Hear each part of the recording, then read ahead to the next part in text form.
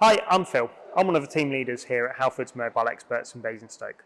I'm going to talk to you today about some tips and tricks on how to keep your car maintenance low by doing a few things yourself.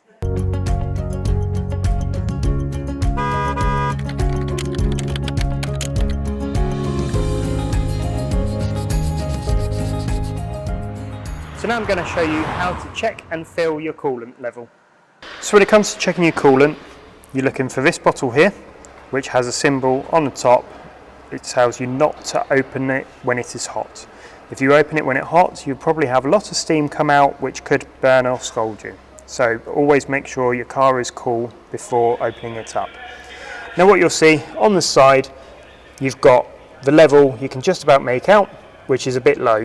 So we're going to top it up in this car because it should be sat just on this bit here, as you can see by the arrows on here.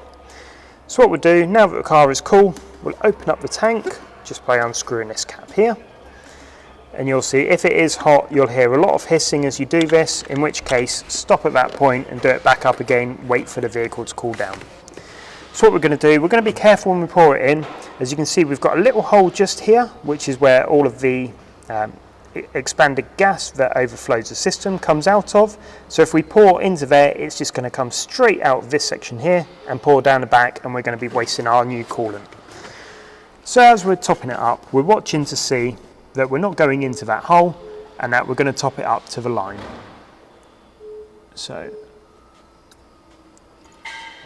in it goes, and just as we start seeing it come out the top, just above the line there is whereabouts we're about to stop. Just make sure that your cap is screwed all the way back on as well, because without that added pressure in the system, your coolant may bubble over and boil. And that there is how we top up the coolant to make sure that it's on its maximum level.